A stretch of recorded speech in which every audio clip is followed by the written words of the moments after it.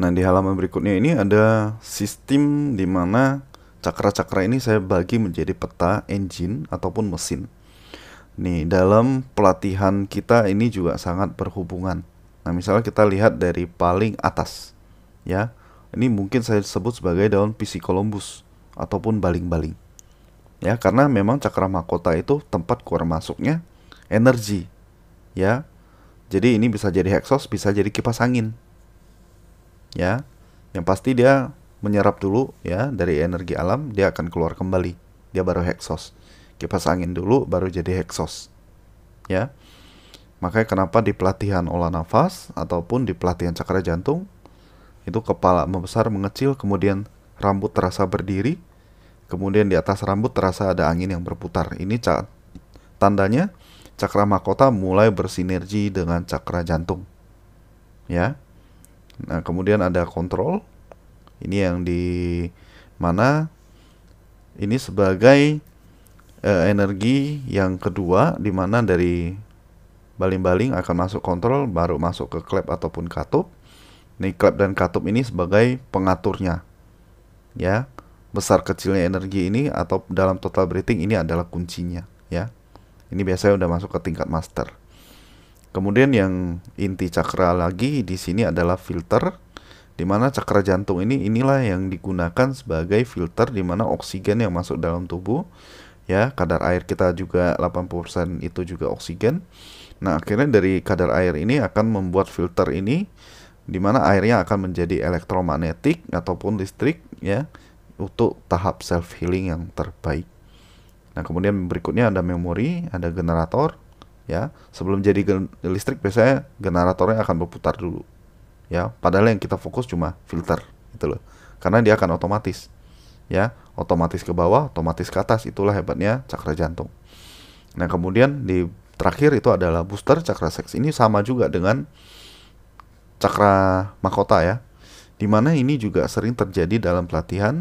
Di area ini biasanya ada getaran-getaran. Nah, tandanya cakra bawah mulai sinergi dengan cakra jantung. Jadi bawahnya mulai sinergi, atas mulai sinergi, tandanya semua sudah bersinergi ataupun harmonis, ya. Mungkin seperti itu aja. Nah, kemudian yang halaman berikutnya ini agak fenomenal. Oke, sebentar.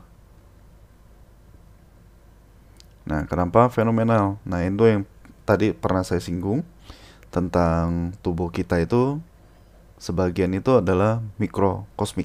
Nah, mikrokosmik itu berarti alam semesta kecil. Sedangkan makro, ya, itu adalah alam semesta besar. Ini sebenarnya pernah kita dengar, cuma tidak kita dalami dan tidak kita sadari, di mana Tuhan menciptakan manusia sesuai dengan bentuknya dan wujudnya. Nah, inilah di mana sel manusia sama dengan sel yang ada pada struktur alam semesta. Ya, sel manusia disebut mikrokosmik, alam semesta adalah makrokosmik.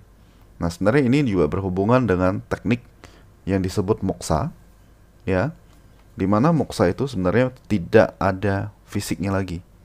Jadi fisiknya pun ikut melebur ke alam semesta besar, ya. Jadi mikro to makro itu yang betul, ya. Nah, kemudian akan saya jelaskan di mana ini adalah satu peta, ya, di halaman berikutnya. Di mana peta ini, ya, sudah sangat kuno sekali, ya.